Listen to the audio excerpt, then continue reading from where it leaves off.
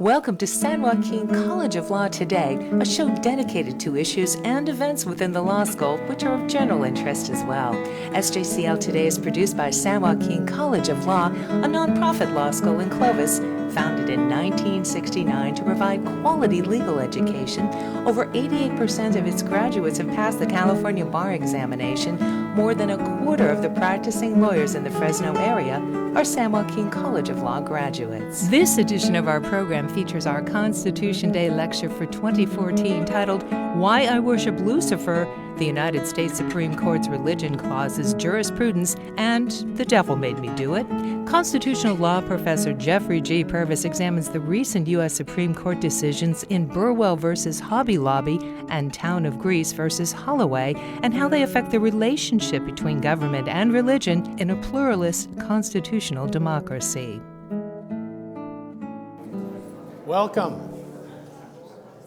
Welcome, everyone, to San Joaquin College of Law's 2014 Constitution Day celebration. We gather here annually to ensure that the students of San Joaquin College of Law have access to federally guaranteed student loans. And to briefly focus our attention on one of humankind's greatest achievements, the imagining of a democratic society in which the fundamental human rights of each person are protected from majoritarian oppression. As the official Constitution Day website stated recently when I accessed it, quote, Constitution Day commemorates the forming and signing of the U.S. Constitution by 39 brave men on September 17, 1787. Recognizing all who are born in the United States or by naturalization have become citizens, closed quotes. So if you are not a citizen of the United States, the Constitution is apparently not for you. We do, however, have some very low-paying jobs we would appreciate if you would handle for us on your way back to whatever benighted land you came from that lacks the freedoms that we U.S. citizens enjoy. Which reminds me, the Federal Bureau for Conformity of Thought, a division of the Department of Homeland Security, requires that I read the following. Professor Purvis makes frequent use of sarcasm and irony. San Joaquin College of Law apologizes in advance to everyone offended by his remarks. Any opinions expressed by Professor Purvis are his alone and do not represent the opinions of San Joaquin College of Law, KFCF, the Pacifica Foundation, the State of California, or the United States of America, whose Constitution we celebrate today.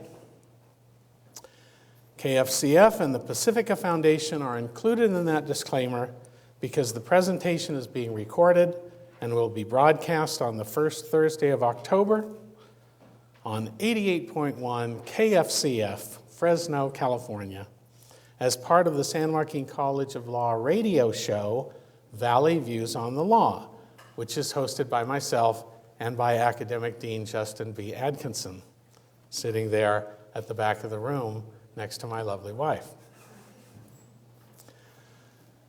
I try to acknowledge luminaries who attend, such as Academic Dean Justin B. Atkinson and my lovely wife. I saw Professor Cartier here. I know Professor Goodrich is here.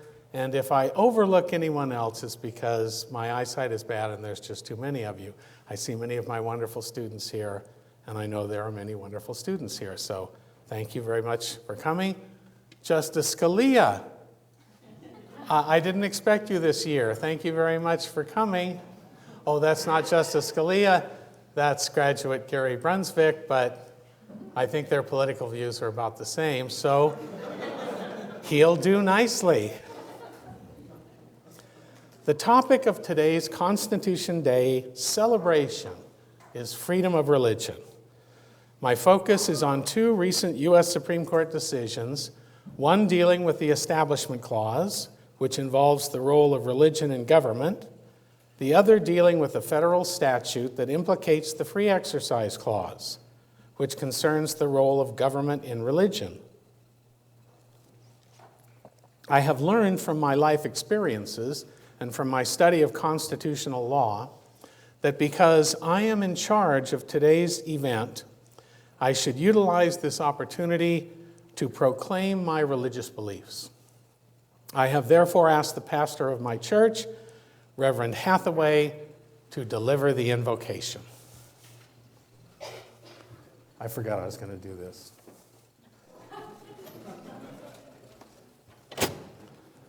Reverend Hathaway. Thank you. Lucifer, bring us the light. Lucifer, bring us the light.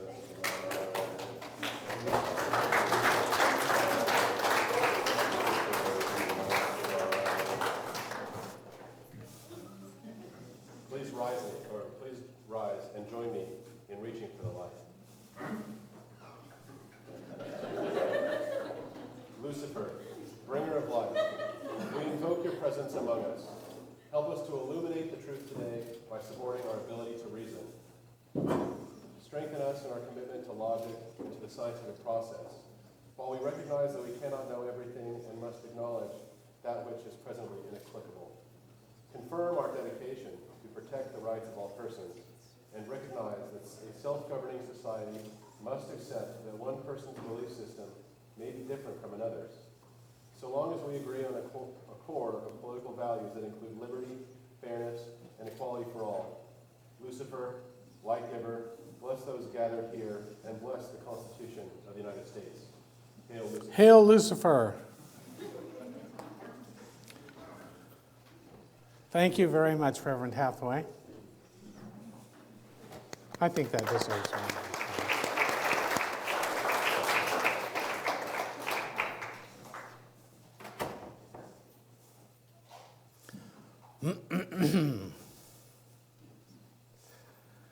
I hope that the invocation just given outraged or at least offended each and every one of you. And for the purposes of our discussion today, please imagine that this is not a private school. It is a government institution subject to the Constitution of the United States.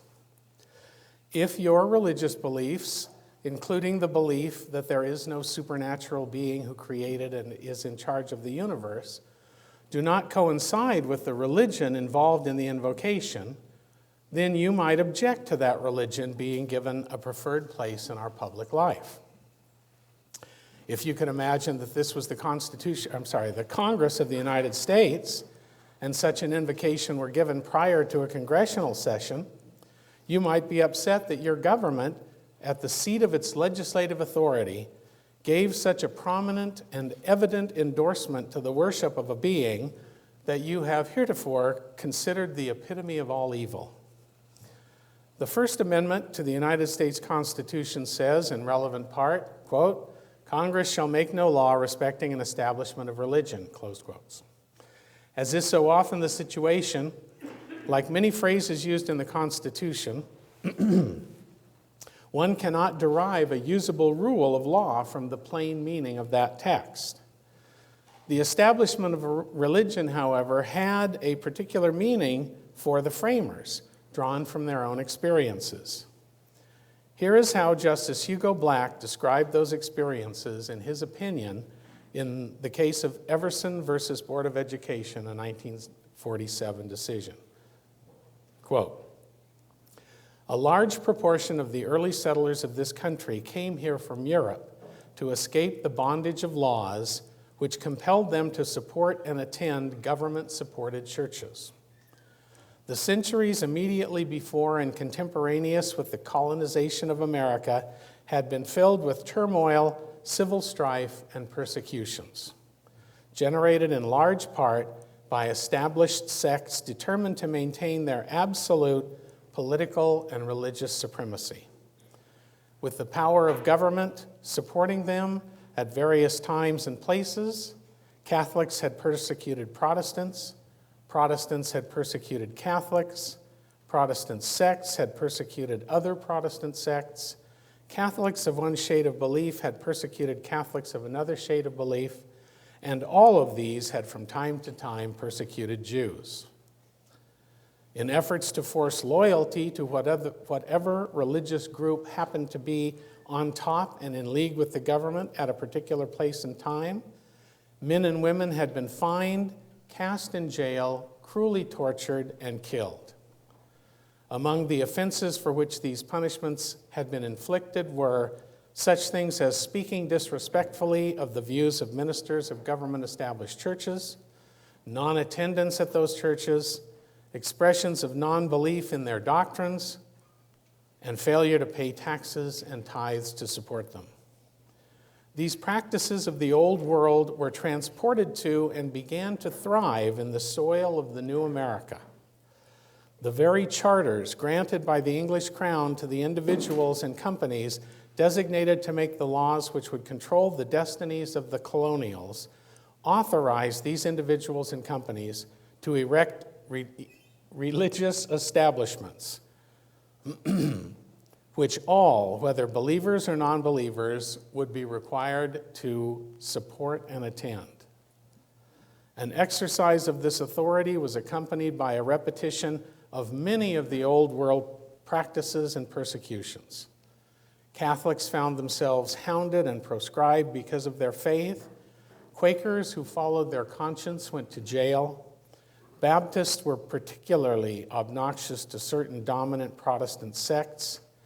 Men and women of varied faiths who happened to be in a minority in a particular locality were persecuted because they steadfastly persisted in worshiping God only as their own consciences dictated. And all of these dissenters were compelled to pay tithes and taxes to support government-sponsored churches, whose ministers preached inflammatory sermons designed to strengthen and consolidate the established faith by generating a burning hatred against dissenters. Close quotes.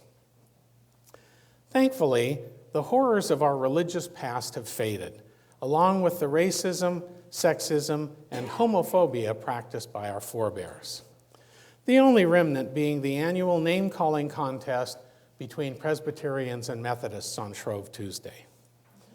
No modern American has to fear any violence being taken against him because of his religious affiliation. Well, as long as he's a Christian.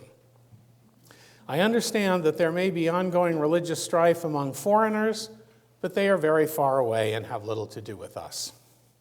In the United States, when various state governments are not trying to forbid the teaching of evolution and mandate the teaching of creationism or intelligent design, Establishment Clause battles are fought over things like the invocation you just saw here. Doctrinally, when a government action of this nature is challenged as unconstitutional, the federal courts apply what is called the Endorsement Test, which is a subset of the general rule for Establishment Clause issues referred to as the Lemon Test. The government must demonstrate that its action has a primarily secular purpose, that its primary effect is neither to advance nor inhibit religion. Hope you guys are taking this down. And that it does not foster excess entanglement between government and religion. The endorsement test is an application of the second prong of the Lemon Test, often called the secular effect prong. Excuse me.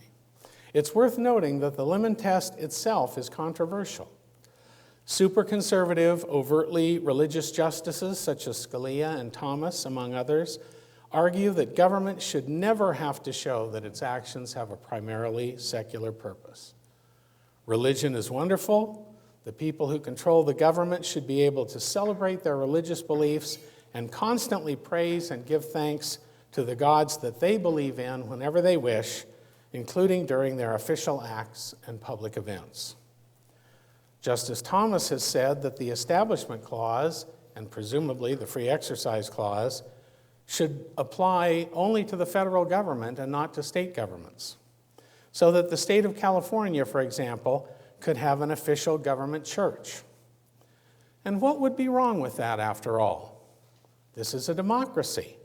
Shouldn't we, the people, be permitted to vote, and the religion receiving the most votes will be recognized as the one true religion and receive all the support and obedience that such a religion deserves? But the Lemon Test has not yet been explicitly overruled by a majority of the Supreme Court, and thus is still theoretically applicable to Establishment Clause cases. Let's go back to the thought experiment where I am considered the government and see if my Luciferian invocation would pass constitutional muster. First, is there a primarily secular purpose for invoking the blessings of a god or supernatural being? Your first reaction might be, of course not. Don't be ridiculous. An invocation is a religious ceremony. But because religious invocations and prayers have been part of our public life since before the Constitution was ratified, what the justices called ceremonial deism has been recognized as a qualifying non-religious purpose for official government prayer. The houses of Congress both have official chaplains, and since the first Congress have begun their sessions with an official prayer. Here's a fun game you can play at home. Since 1789, guess how many official United States House and Senate chaplains have been rabbis? If you guessed 0, you win. Okay. How many have been Roman Catholic priests? Gotcha, there have been 3. You could win a lot of bar bets with that one. Anyhow, an official government prayer is regarded by the Supreme Court as having the primarily secular purpose of underlining the solemnity and importance of the event that is about to occur. For the secular effect prong, the endorsement test asks this: would a reasonable, non-adherent observer of the government action, who is familiar with the context and history of the government act, regard that government act as an endorsement of any particular religion over others, or of all religion over non-religion? If the answer is yes, the government act, an official prayer in this instance, fails the secular effect prong, and the government act is an unconstitutional violation of the Establishment Clause.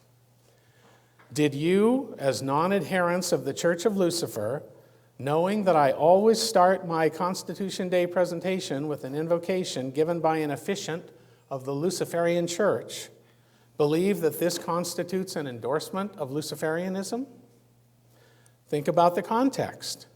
The words of the invocation spoke of Luciferian religious tenets and mentioned Lucifer's name and only Lucifer's name. And why, you ask, is the invocation always given by a Luciferian officiant? I have an explanation. I always choose the religious officiant from churches located near to the law school. And it turns out that the only churches located nearby are Luciferian churches. I'm getting a sense that you find my explanation to be, as we say in the law, bogus, and that you conclude that the invocation fails the endorsement test because a reasonable person would perceive it as an endorsement of Luciferianism.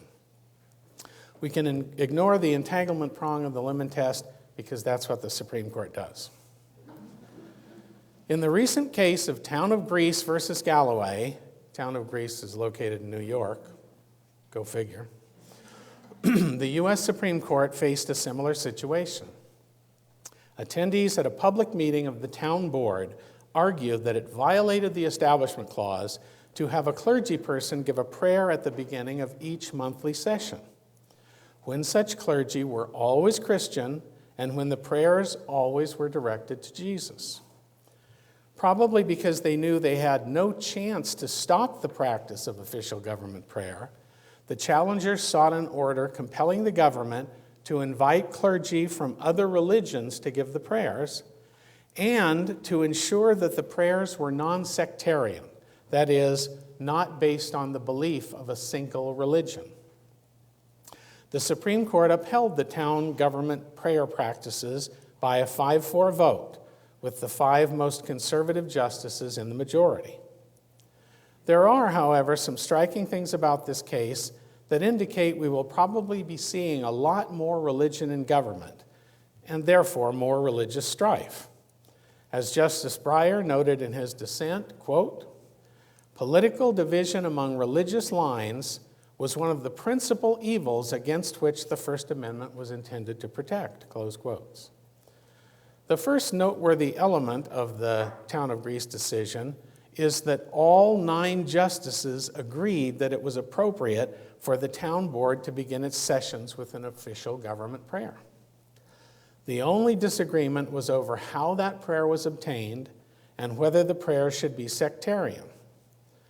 The second is that none of the justices mentioned or applied the Lemon Test. They did not even ask whether the government's purpose in having an official prayer was secular, because their overwhelming approval of government prayer eliminated any need for such an inquiry.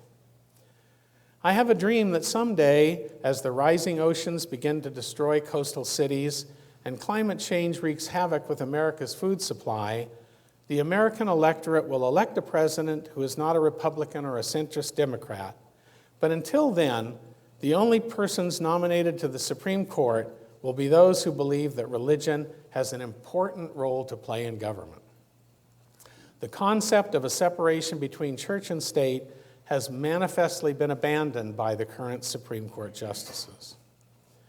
I don't mean to suggest that government leaders can formally organize official prayer so that it reflects only their religious beliefs. Here is what Justice Kennedy wrote about that for the majority.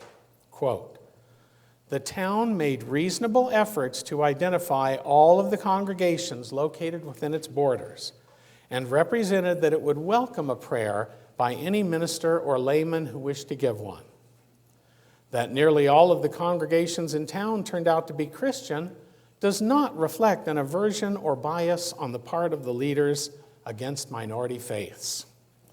So long as the town maintains a policy of non-discrimination, the Constitution does not require it to search beyond its borders for non-Christian prayer givers in an effort to achieve religious balancing," closed quotes. Now let's read what Justice Kennedy wrote about the facts of the case. Quote, "The town followed an informal method for selecting prayer givers, all of whom were unpaid volunteers. A town employee would call the congregations listed in a local directory until she found a minister available for that month's meeting. The town eventually compiled a list of willing board chaplains who had accepted invitations and agreed to return in the future. The town at no point excluded or denied an opportunity to a would-be prayer giver. Its leaders maintained that a minister or a layperson of any persuasion, including an atheist, could give the invocation. But nearly all the congregations in town were Christian, and from 1999 to 2007, all of the participating ministers were too," closed quotes. Am I too cynical when I think that the town employee might have been a Christian, and when looking through the local directory for churches, might have called only Christian churches? How long did it take the town to compile its list of willing chaplains who happened to all be Christian? Once the list was in existence, how would it be possible that a non-Christian clergy would be invited to give the official prayer? How difficult would it have been to find non-Christian prayer givers? Justice Kennedy wrote that, quote, "After respondents complained that Christian themes pervaded the prayers to the exclusion of citizens who did not share those beliefs, the town invited a Jewish layman and the chairman of the local Baha'i temple to deliver prayers. A Wiccan priestess who had read press reports about the prayer controversy requested and was granted an opportunity to give the invocation." See, they weren't promoting Christianity after all. After someone complained and they thought their all-Christian prayers might get them in trouble, they managed to find the elusive minority religions. As to the sectarian content of official government prayers, Justice Kennedy wrote, quote, "The First Amendment is not a majority rule, and the government may not seek to define permissible categories of religious speech.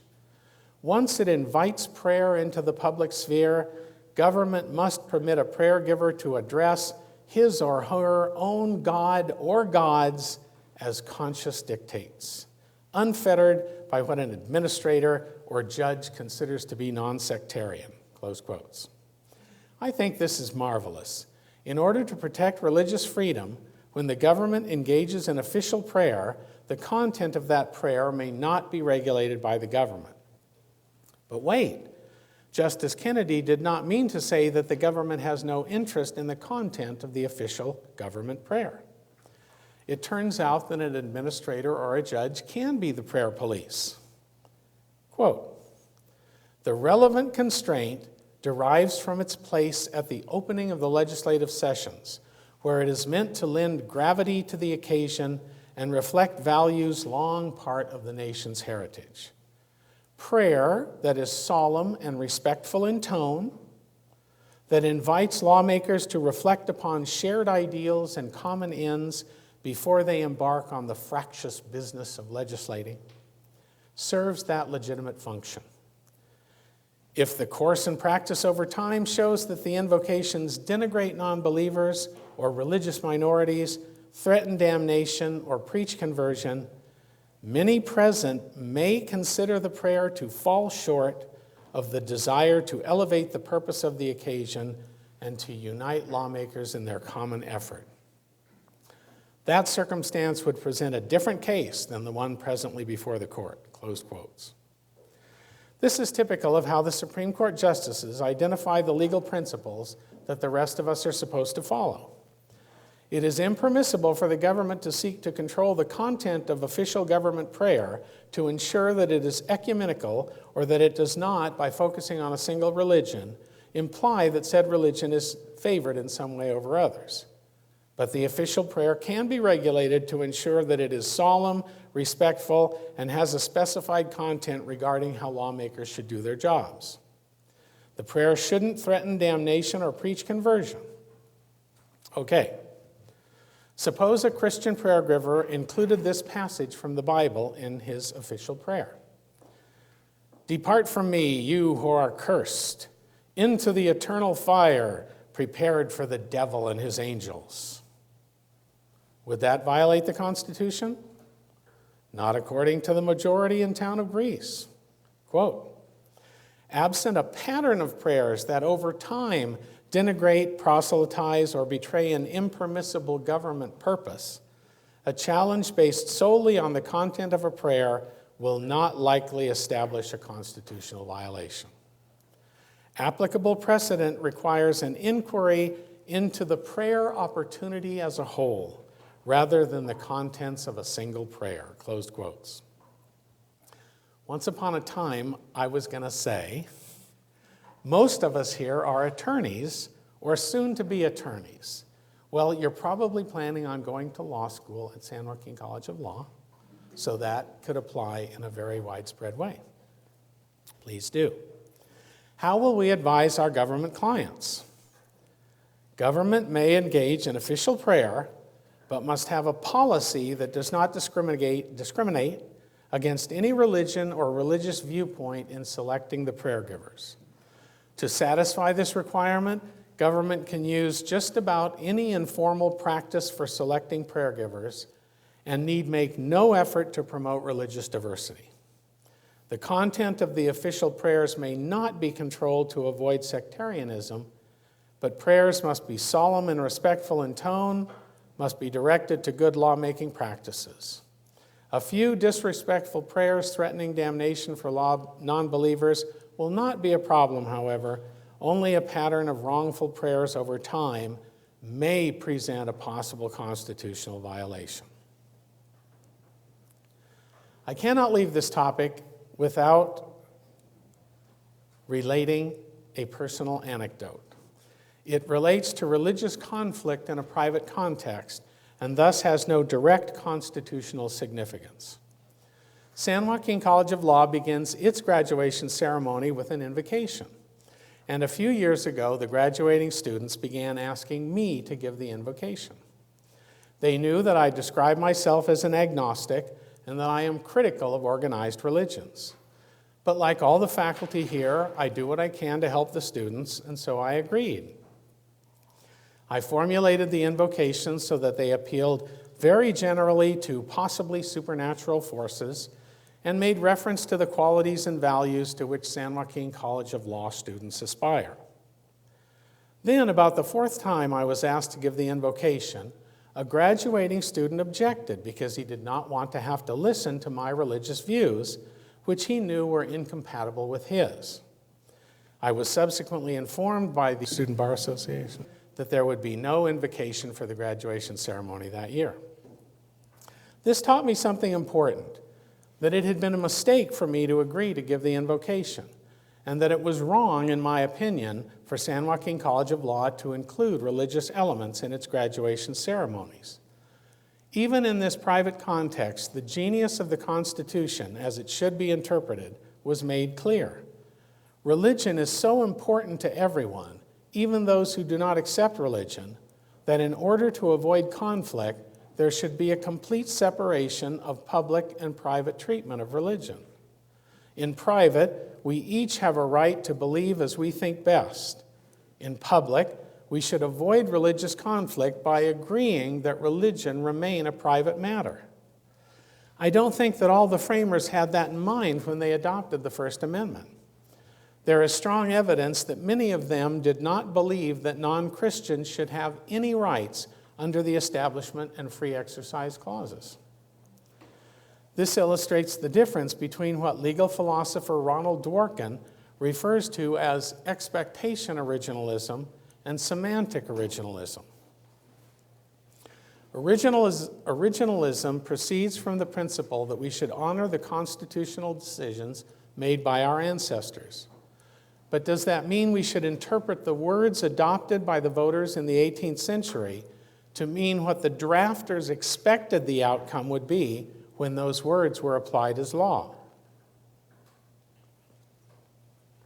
Remember that many of the drafters of the Constitution believed that only white males should be permitted to vote and participate in government, and that African Americans could be owned as chattels. But the meaning of the words they enacted appear to protect the value of freedom of religious thought for all persons. And if seeking to avoid the religious strife that has plagued humans for all of our existence, that document forbids the establishment of a government religion, we should interpret that in a way that does not paper over religious differences by pretending that allowing the majority religion to dominate government is constitutional. Let's talk about the Free Exercise Clause. The Free Exercise Clause says, quote, "Congress shall make no law interfering with the free exercise of religion." During the 20th century, the Supreme Court developed the following rules for addressing free exercise challenges. If the challenger could show that a government act placed a substantial burden on the exercise of his religion, then the government had to show that its action was necessary to further a compelling interest, and that the action achieved that interest in the way least restrictive of the challenger's religious rights. Why am I getting the sense that they're really earning their 50 points? In Hobby versus Unemployment Appeals Commission, a 1987 case, the challenger refused to work for her private employer on the Sabbath day recognized by her religion, and she was fired. She applied for government unemployment benefits. For you younger people, those were benefits that you got from the government if you were fired. I believe they've been done away with. But was denied because the benefits were not available for persons terminated from work for cause. The Supreme Court held that this violated the Free Exercise Clause.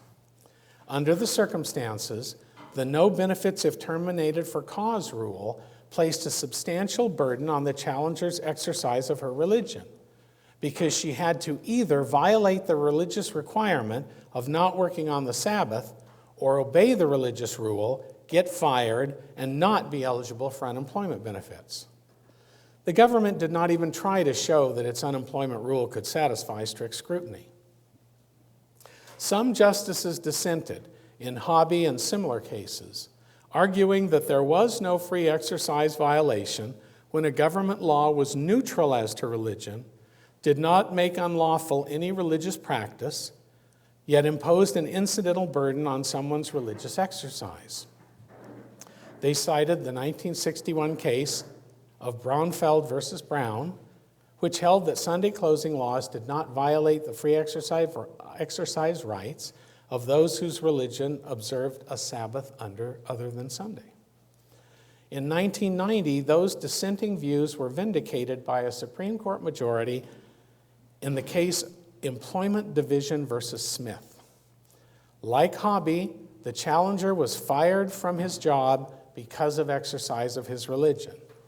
Like Hobby, he was denied unemployment benefits because he had been terminated for cause.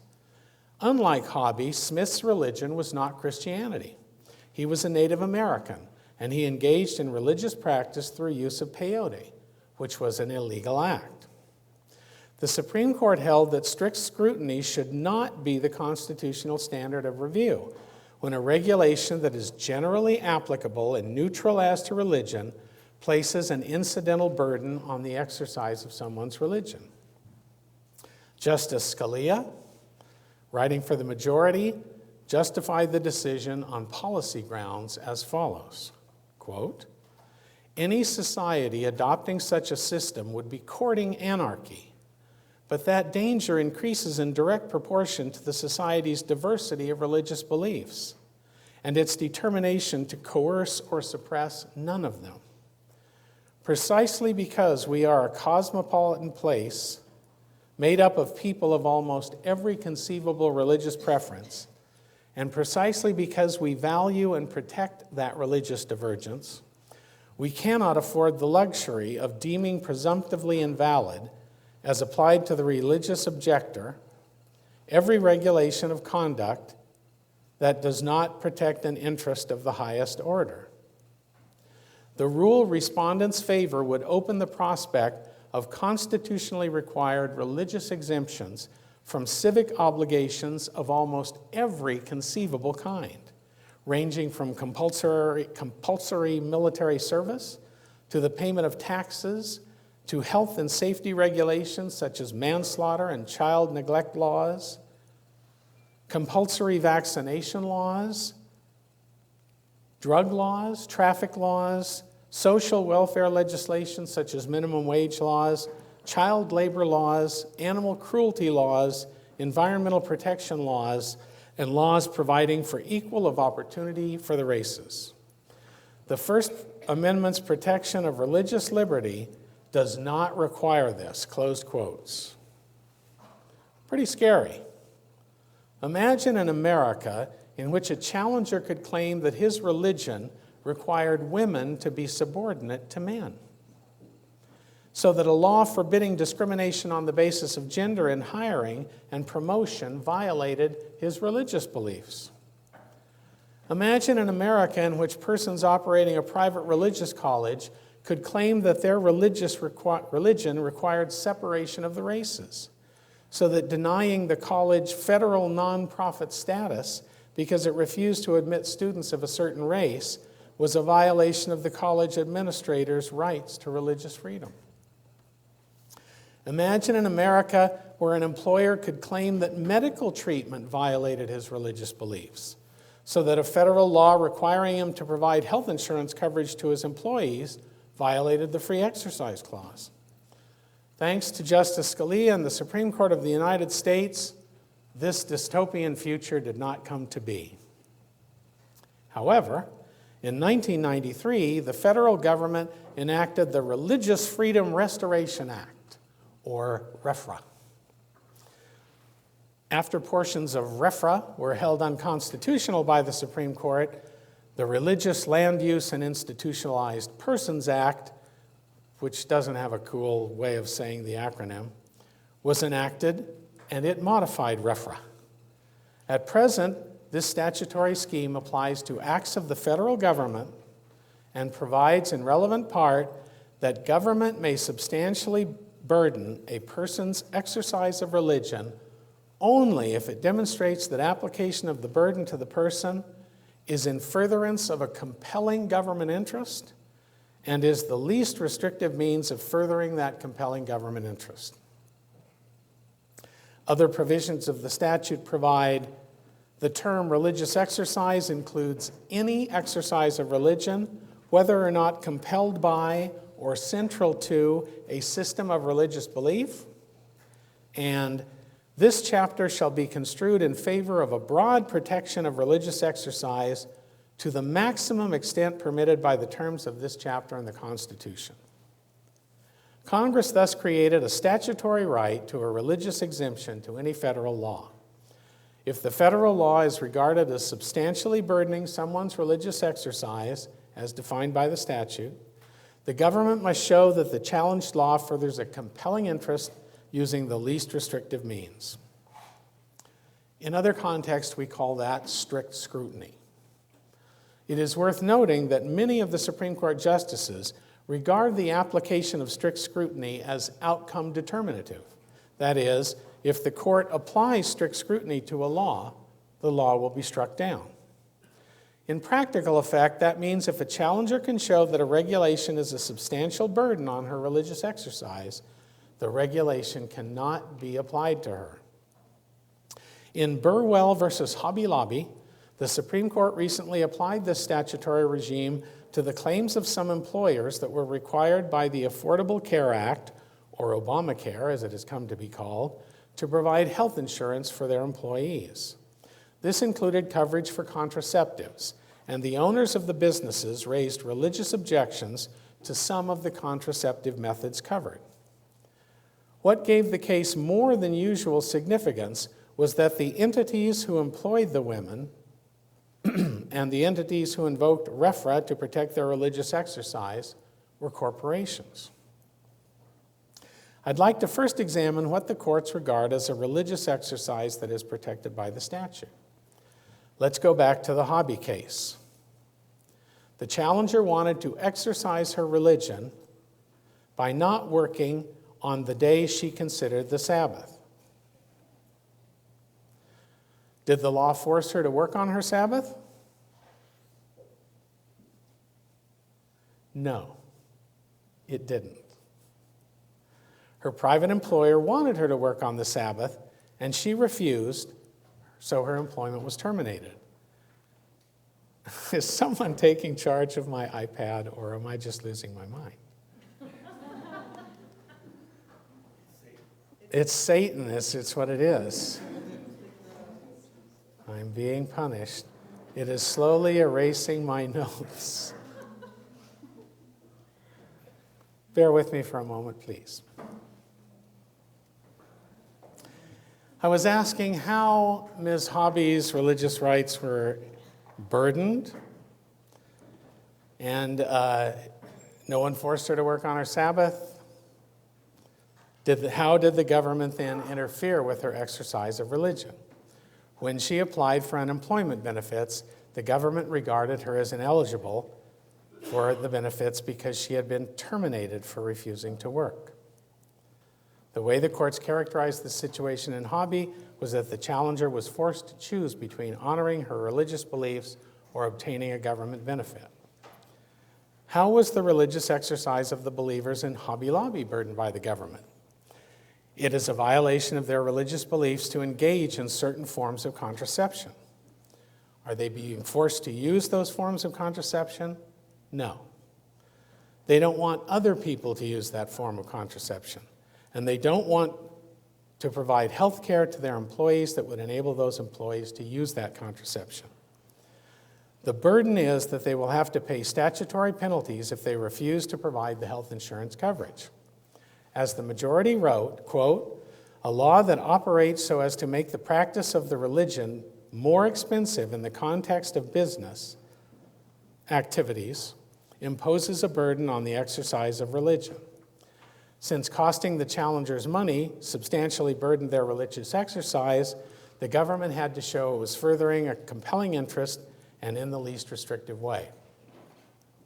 This was easy for the majority to address in Hobby Lobby because under the Affordable Care Act, the government already provided religious exemptions of the same kind to other employers.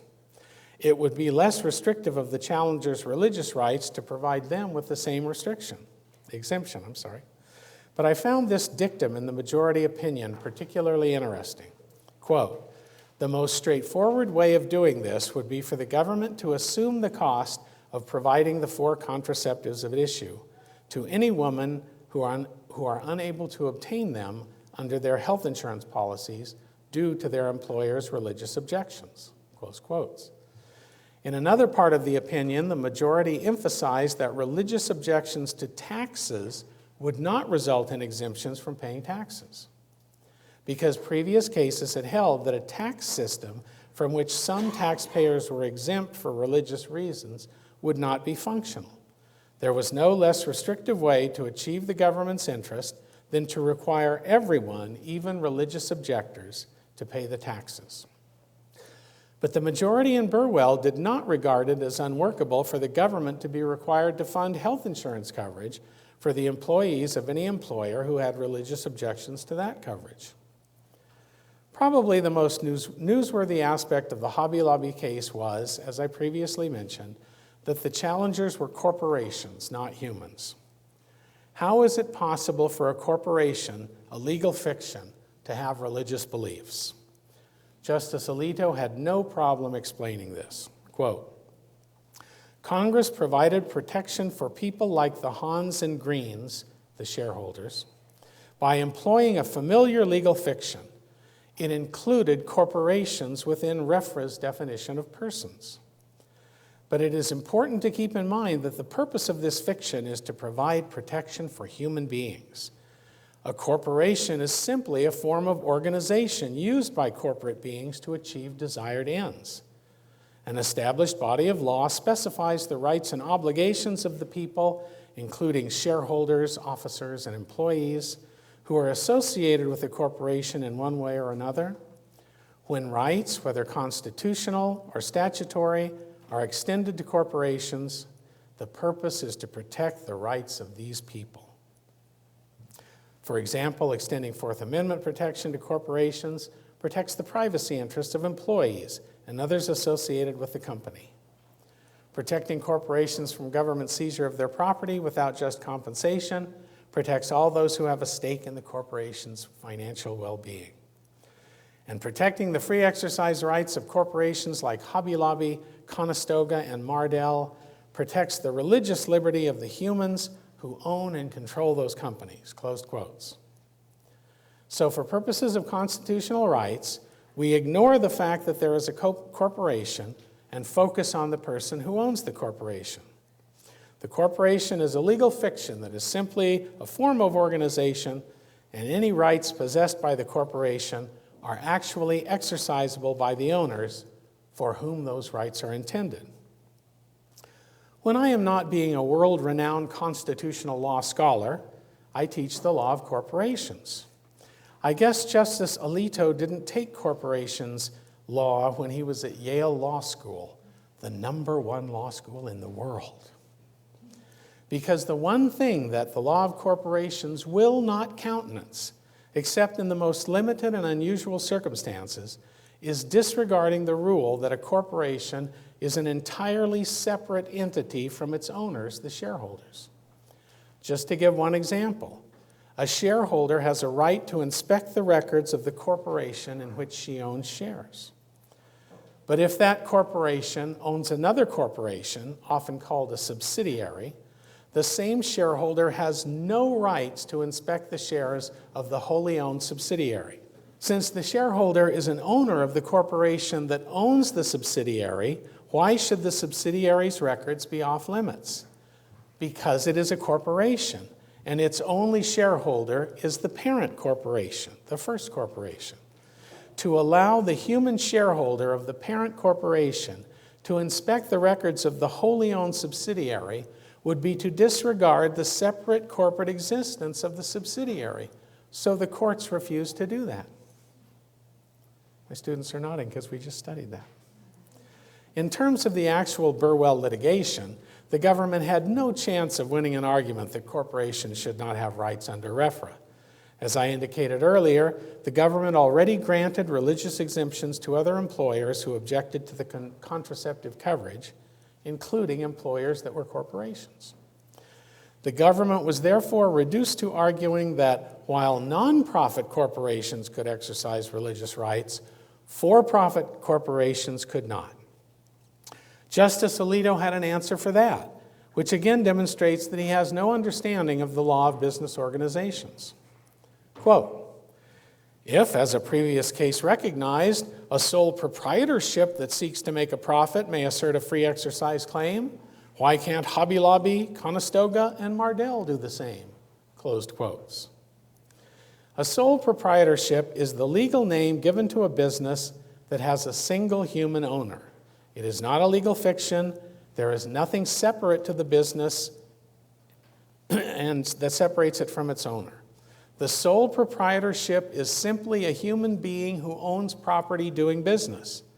The reason a sole proprietorship may exercise religious rights is that the actual entity exercising those rights is a human, in law as well as fact.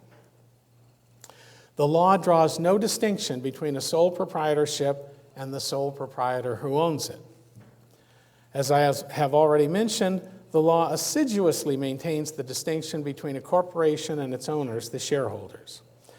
The Supreme Court's startling and unprecedented notion that a corporation is just the way humans organize the business that they own and should be disregarded for purposes of determining whether religious rights are at issue would be astonishing if it were not pretty much the standard way the justices make decisions. When you select the outcome that you want the case to have in advance, and then develop explanations why that outcome is justified by the settled law, you don't really concern yourself with making sure your characterization of the settled law is accurate. Religion is very important to people. Wars involving the attempted destruction of minority religions are going on in the world right now, fueled by hatred between believers of different faiths and even involving branches of the same faith. The Constitution seeks to ameliorate the potential for religious strife by separating the public from the private as to religion through the Establishment Clause, and by protection against government targeting of religious exercise through the Free Exercise Clause. The Constitution did not license religious persons to disobey generally applicable laws. Was it wise for the Supreme Court to permit government to incorporate prayer in its official functioning? Was it wise for Congress to grant religious exemptions to federal statutes? You be the judge next time you are voting for federal political offices. The end.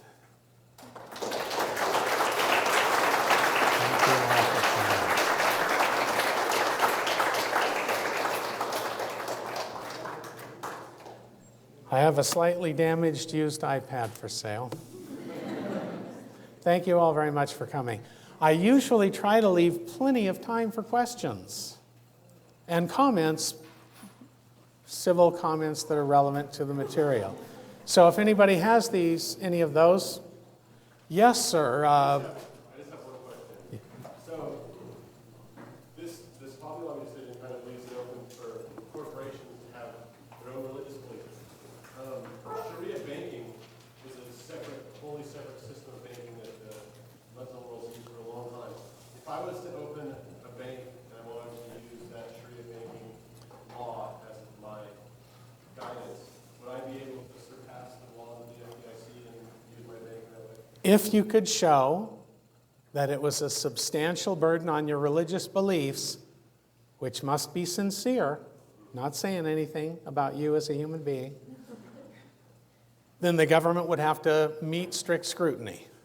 Now, if you're a Supreme Court judge and you want to deny you that right, then you say, maintaining the banking system as it is currently maintained is incredibly and vitally important to the United States, so it's a compelling interest.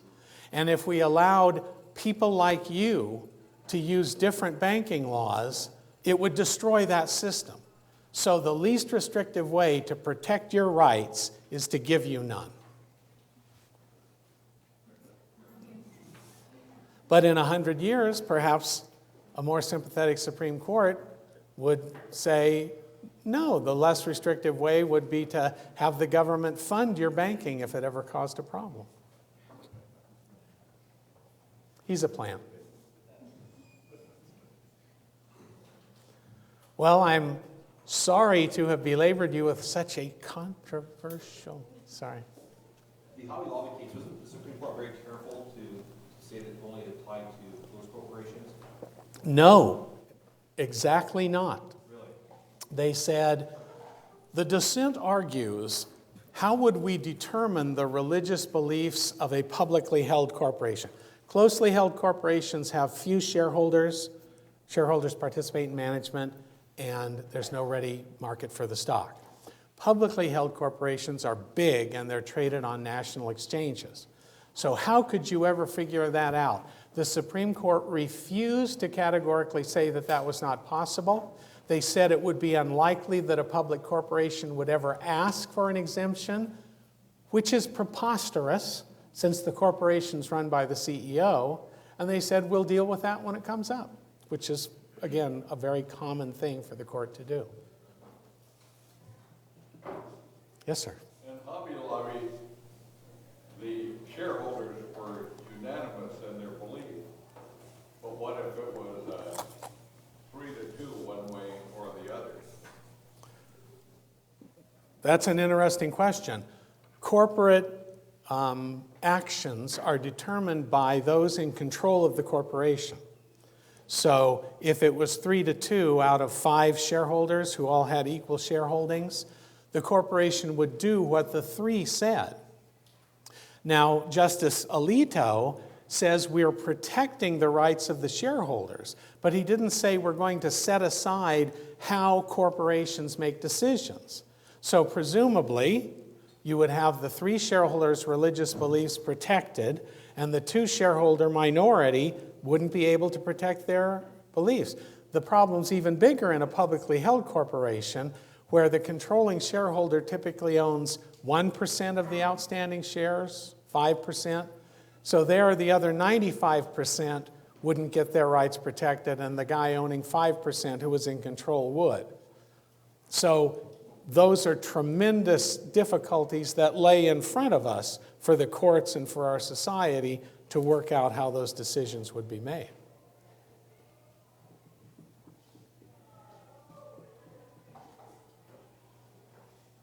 Thank you very much again. You're too kind.